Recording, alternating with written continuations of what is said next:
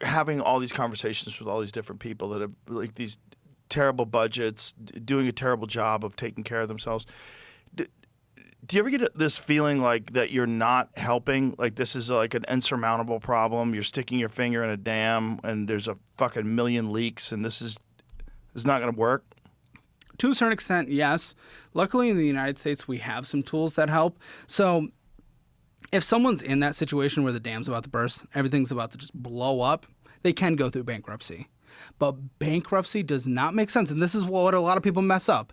Bankruptcy doesn't make sense unless you actually change the behavior that got you there in the first place. Because we've had people that have come on my show that have been through bankruptcy twice and now are there again. It makes no sense. You can get rid of the dam. You can get rid of it by bankruptcy, but you're going to build up that thing to explode again if you don't actually fix the behavior. So people take shortcuts through credit card consolidation, debt consolidation, personal loans, all that good stuff. Those are good tools. But if people don't actually fix their behavior first, they're going to fuck it up. Yeah.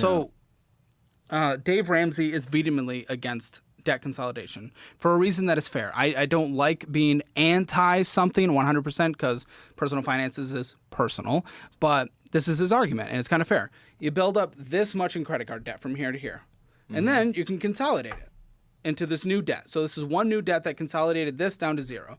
But now what happens is the credit card limit is still all the way up there. So people now have this debt, and then without changing their behavior, they build the credit cards back to here. So now you have double the debt. That's the issue with debt consolidations and not changing the behavior. So his philosophy is correct.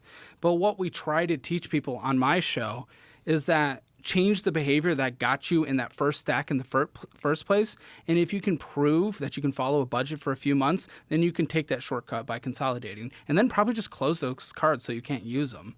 But then the same thing applies for bankruptcy. So that's why our show's simple stuff. You just fix the spending. You get it under control.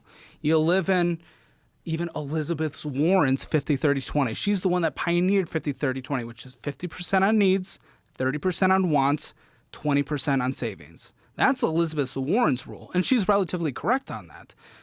Doesn't apply to everywhere like LA, New York, of course, but if you can follow that and prove you do it for a few months, then you can go through bankruptcy. You can use a personal loan, and that solves the damn issue. It solves the bigger issue. Yeah, the changing your behavior thing is very hard for people.